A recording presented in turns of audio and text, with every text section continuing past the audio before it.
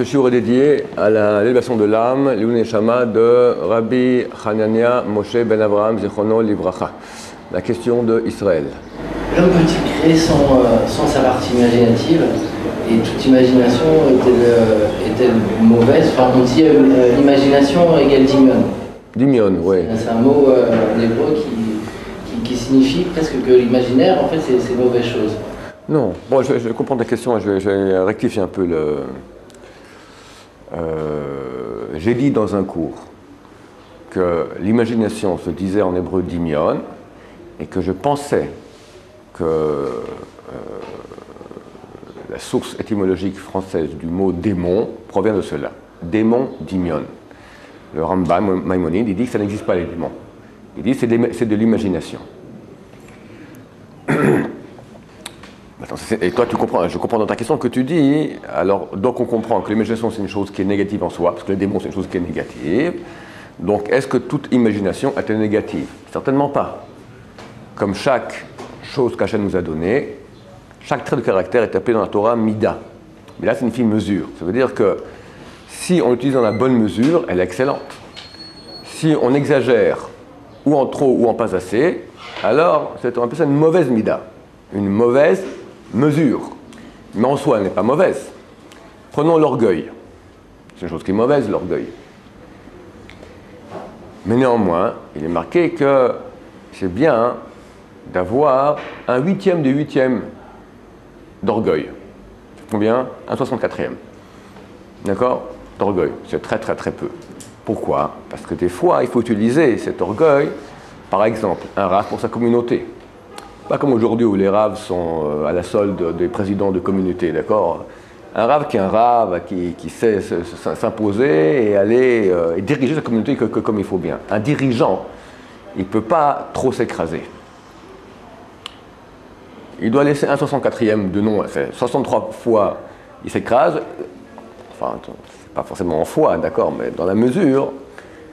Mais des fois, il faut pouvoir dire non. Par exemple, quelqu'un qui est pratiquant se trouve maintenant dans un cadre de gens non pratiquants. Il est influencé. Il n'a pas une gave, un orgueil de ce qu'il est en tant que pratiquant. Il risque très facilement de tomber.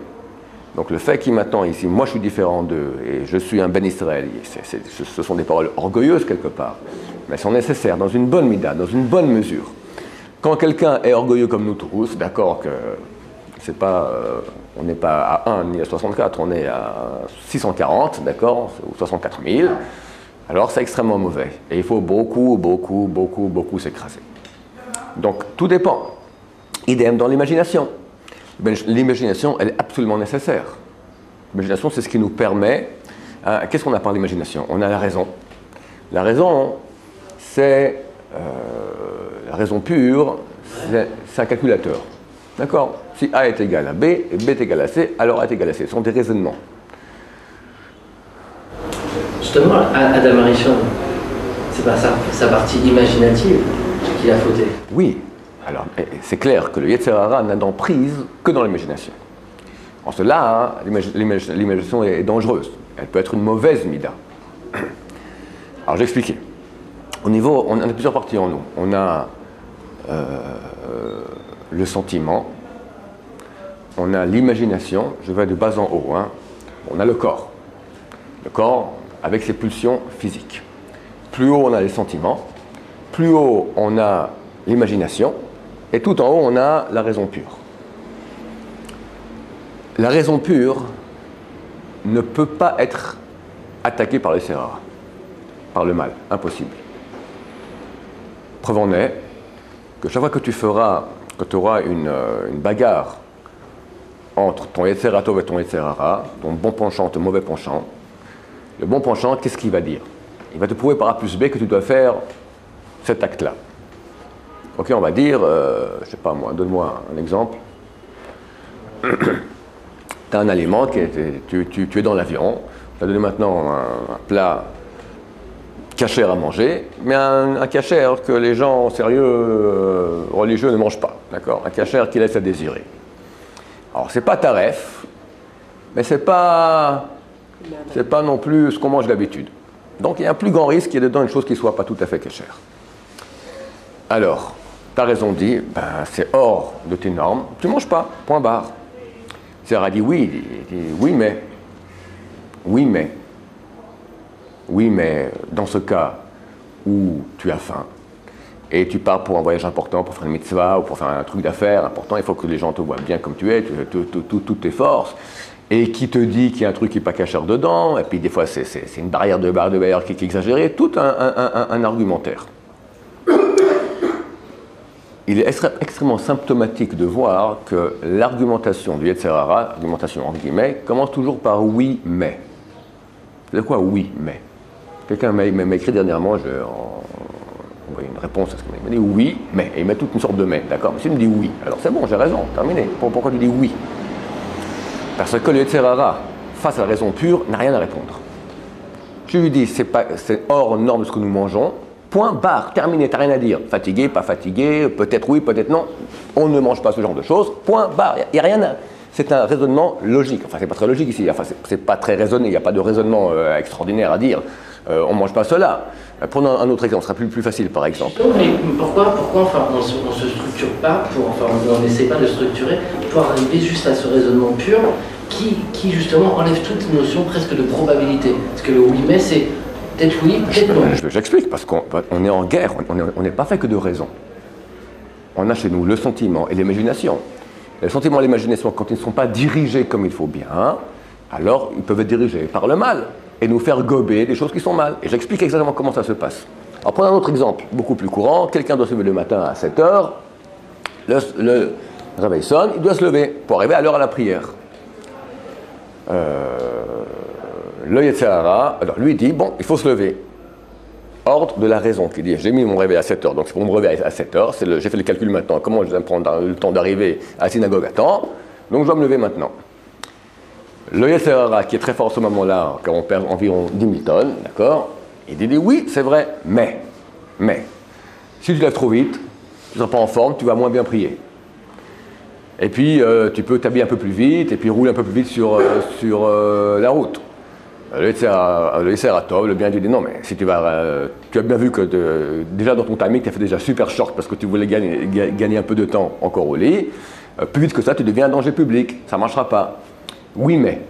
On ne peut pas s'arrêter juste. Un moment, attends, je vais d'abord expliquer le principe en général, après tu poseras ta question. La réponse du Yetzer Hara, elle est oui, mais. Ce n'est pas une réponse. Les mais qui vont être formulés ne font pas partie de la raison pure. Ils font partie d'impressions, de sentiments. Je suis fatigué. C'est saoulant. J'ai pas la force. J'ai pas envie. Ça, ce sont des sentiments, des expressions de sentiments. Ce ne sont jamais des expressions rationnelles. Et c'est quelqu'un qui fera attention. Lui, il verra très bien que dans tous les choix qu'il a à faire, il y a une partie rationnelle pure qui part, raison pure, et elle ne peut pas être... Si, elle peut être modifiée. Des fois, on a envie, vu qu'on est pris par notre Yetzer Hara, alors on peut modifier le raisonnement, le fausser, et faire un raisonnement qui est faux. C'est plus la raison pure, c'est la raison qui est impure. D'accord ? Mais si quelqu'un il est droit dans le raisonnement, c'est pas trop dur d'être droit dans un raisonnement, on peut très rapidement arriver à la solution qui est vraie. La raison amène toujours à la vérité. Si on en fait un raisonnement pur, on ne peut pas arriver à autre chose que la vérité. Impossible. À moins qu'on fausse le raisonnement, ou des fois il manque des éléments, alors on se trompe. Mais si on a des éléments et on fait un raisonnement qui est juste, pur, on ne peut pas arriver à autre chose qui soit la vérité. Donc si on ne va pas modifier le raisonnement parce qu'on est déjà attiré par le mal, on aura la réponse. Le Yetzer Hara ne veut pas, donc il va répondre, mais il ne peut pas répondre, c'est faux. C'est faux, c'est se mettre maintenant à une hauteur d'un raisonnement. Oui, vrai, faux, ce sont des paramètres de raison. Vrai, faux. C'est exactement ça comme ça que la raison fonctionne. 2 plus 2 égale 4, vrai égale 5, faux. Bon, on avance comme ça. Donc il va dire oui, c'est vrai. Oui, c'est vrai. Mais, et là le mec qui rentre, il est colossal. Et il va se baser sur, première chose que je dis, c'est les sentiments, ça me fatigue, et l'imagination. Alors dans le cas du réveil, où est-ce qu'on aura l'imagination ? Il s'imagine qu'il pourra plus rapidement s'habiller et plus rapidement arriver à la prière et qu'il pourra prier très vite, mais avec beaucoup d'intention. Il imagine une chose qui est fausse. Il se projette dans le futur faussement. Quelqu'un veut venir à la yeshiva. Raisonnablement, il va faire 1 an après les études, venir apprendre un peu mon patrimoine pour demain avoir un minimum de bagages juifs que je donnerai à mes enfants, etc. Ça coule de source, c'est très simple. Puis du coup, tu as une sorte de bouffée extraordinaire, imaginative d'habitude, le monde religieux. Les petits gnomes verts, noirs, d'accord, ça fait peur. C'est fermé, c'est orthodoxe, c'est archaïque, c'est moyenâgeux, et puis il y a bourrage de crâne, et machin, et blablabla. Il y a des stéréotypes terribles. D'ailleurs récupérés de façon récurrente par les antisémites, d'accord. Les antisémites utilisent beaucoup l'imagination contre les juifs. Toutes sortes d'idées du juif, de caricatures du juif. Ça fonctionne. L'imagination, c'est un levier extrêmement grand. Donc là, il devra faire la part des choses entre la vérité et l'imagination. Et ça ne signifie pas qu'il n'aura pas des efforts à faire. Et là, je réponds à ta question que tu as posée auparavant. Comment faire pour couper? Très dur, parce que ça fait partie de nous, l'imagination. Je ne peux pas ne pas imaginer. Tout ce qu'on peut faire, c'est lorsque la bouffe imaginative arrive, casser avec la raison. Se raisonner, dire « Ok, j'entends ce que tu dis maintenant. Ok. Je te raconte mon histoire personnelle, d'accord? J'ai fait la guerre en 1982. Mai 82, première guerre du Liban. Première ligne, les premiers tanks à rentrer sur l'autoroute Damas-Beyrouth. Une peur terrible, l'endroit infesté de commandos syriens. Bon, je suis revenu sain et sauf. J'ai fait tchouva d'ailleurs 3 semaines avant, je crois que grâce à ça, j'ai 2 anges qui m'ont fait passer la guerre, sain et sauf. 3 ans plus tard, je quitte l'armée, je dis, bon, je vais aller à Yeshiva. On me donne l'adresse, j'arrive, j'ai une trouille terrible. De quoi, je ne sais pas, mais j'ai peur. J'arrive, je vois, il fallait monter, comme chez nous ici, on a des escaliers qui arrivent au premier étage. Je monte une marche, je crois que je fais les choses les plus dures de ma vie. 2 marches, je ne sais pas pourquoi, parce que je veux aller à Yeshiva. J'ai pris l'adresse, j'ai demandé, c'est mon bus, j'ai pris le bus, je veux arriver, d'accord, on ne m'a pas pris de force. C'est ma démarche, au contraire, on a tout fait pour m'empêcher, d'accord, au niveau de l'entourage. C'est ma démarche. J'ai peur. Pourquoi? L'imagination. Un monde, je ne sais pas ce que c'est, religieux. Et le Sahara, bien sûr, va tout faire pour empêcher quelqu'un de venir à l'Yeshiva, parce que l'Yeshiva, si quelqu'un rentre dans l'Yeshiva, le Sahara, il a perdu 99% de sa force. On rentre dans la Torah, etc., et il est mort. Donc là, il va agir de toutes ses forces. Comment il peut agir? Me dire c'est faux, je vais prouver que c'est vrai. Il faut aller à l'Yeshiva. Alors, le seul moyen qu'il a d'agir, c'est au niveau des sentiments et de l'imagination. Nous faire peur. Et il est tellement fort, des fois, qu'il va aussi faire agir la nature. Des fois, il va utiliser, et ça c'est Hachem qui permet, parce que Hachem veut nous mettre dans des épreuves. Dans mon cas, je monte à la 3e marche où j'entends un cri en yiddish. Bon, on se dit, un truc comme ça là. J'étais glacé sur place. Glacé. Je retourne, back home, retour à la maison. Puis je me dis, ça va pas? Il y a 3 mois, tu étais au Liban, des commandos syriens, tu as risqué ta mort des centaines de fois, tu es revenu sain et sauf. Là, parmi tes frères à Jérusalem, tu as peur d'aller, tu t'arrêtes à la porte. J'y vais de nouveau l'après-midi, de nouveau la trouille, hop, je monte, je vois un type en jeans, souriant, normal, d'accord, normal dans les principes de l'époque. Et j'ai compris, c'était un piège, d'accord. En bas, il y avait une yeshiva de Hasidim Ashkenaz parlant yiddish, en haut, un truc de Baal Tshuva normaux en jeans souriant, d'accord. Comme maintenant. Pardon? Comme maintenant. Pourquoi je raconte ça? Parce que c'est un exemple d'une épreuve où on est attaqué. Je suis reparti à la maison, alors que ma raison me disait non, vas-y. Mais on n'est pas toujours capable, c'est très difficile. Je prends un autre exemple qui est extrêmement courant aujourd'hui. Le combat, justement, il se situe vraiment là. Oui, c'est le combat, il est là. En cela, on est. En cela, nous sommes. C'est-à-dire que nous sommes venus sur Terre pour être. Comment Hachem va faire? Nous faire être, il va nous mettre dans une situation de choix. Le choix sera entre quoi? Alors, entre bien et mal. Mais comment s'exprime le bien et comment s'exprime le mal? Le bien s'exprime par la raison, la vérité, c'est vrai. Et le mal s'exprime par une impression, un sentiment de peur, de résistance à la vérité. On a peur de cela. On n'a pas envie, ou une paresse, ou une peur, ou une hésitation. Des fantasmes, absolument des fantasmes. Cas du même type, tout à fait, très très courant. Une femme rencontre un homme. Chidour, pas chidour, peu importe. Et ils se fréquentent, Shomer Negia, pas Shomer Negia, peu importe. Elle est amoureuse. Amoureuse. Puis elle commence à voir que le type, franchement, la dose, quoi. Il faut le supporter. Il est dur, il est intransigeant, il est avare, il est machin, tout ça. Mais elle est amoureuse. Elle m'écrit. Moi, je pose la question toujours comme ça. Je dis, si vous n'étiez pas amoureuse, on voudrait proposer maintenant. Quelqu'un vient vous dire, écoutez, je connais un garçon, il est comme ça, comme ça, comme ça. Il vous cite tous les défauts de ce monsieur. Et les qualités aussi. Vous dites, vous voulez rencontrer, oui ou non? Il dit non. Alors pourquoi vous continuez avec lui? Je suis amoureuse. Je veux dire quoi? Je veux dire, il y a la raison me dit non. Quand tu n'es pas amoureux, tu dis, ce type-là, ben, c'est un type dangereux, d'accord. Marier avec lui, c'est super risqué. Mais le sentiment vient, je suis amoureuse.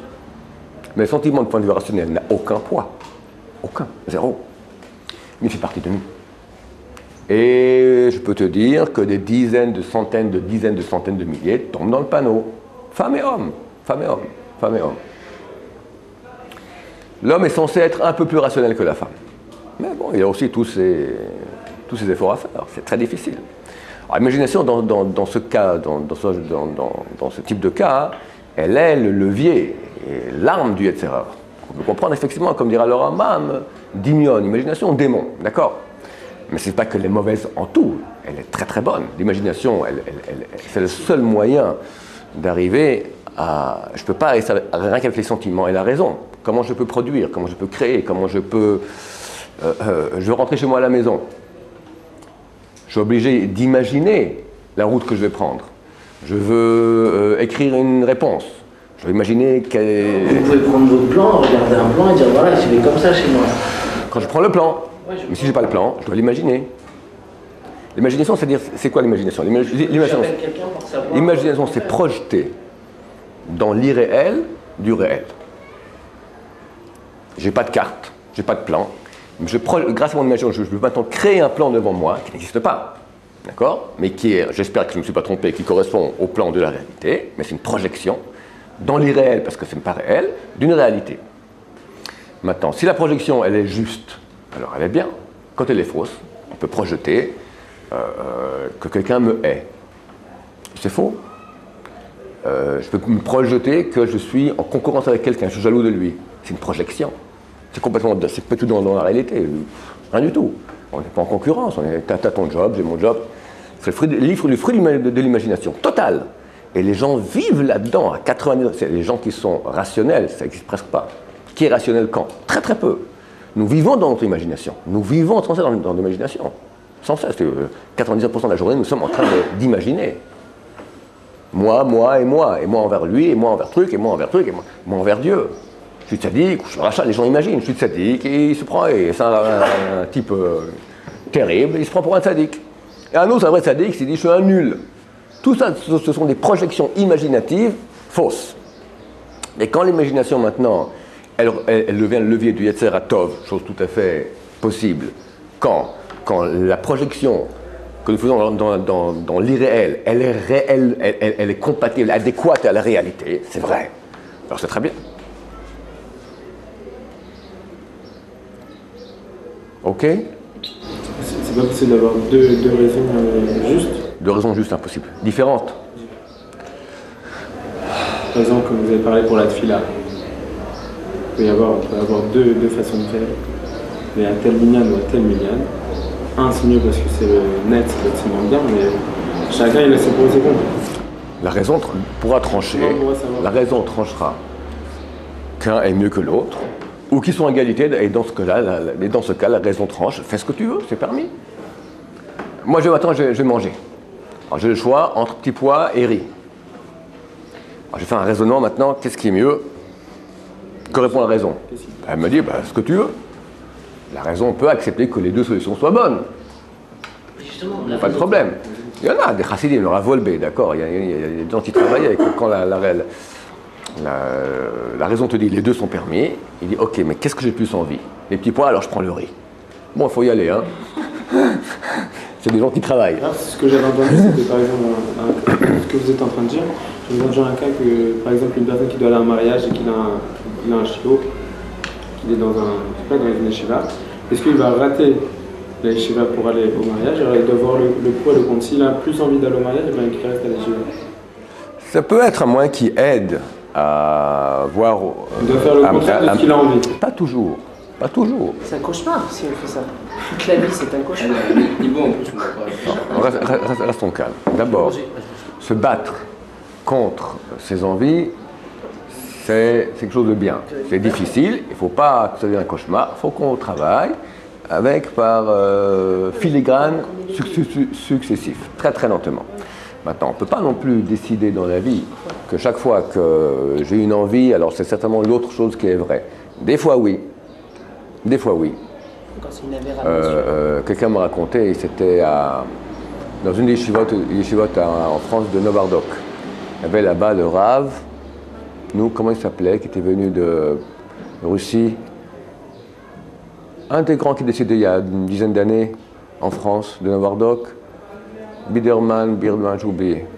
Bon, on m'a dit, lui, quand il était jeune à l'Yeshiva, il s'occupait, il y avait des donateurs qui donnaient un peu d'argent à l'Yeshiva pour donner des costumes aux gens qui n'avaient pas de costume. D'accord? Après 1 ou 2 ans, ton costume est complètement délavé, tu n'as pas le moyen d'acheter, alors l'Yeshiva t'offrait un costume. Quelqu'un qui voulait recevoir un costume, qu'est-ce qu'il faisait? Il insultait ce responsable-là. Tu es certain à la fin des 6 mois, à la fin du Zman, il recevait un costume. Parce que lui, quand il devait choisir maintenant, à qui donne un costume et à qui ne donne pas un costume.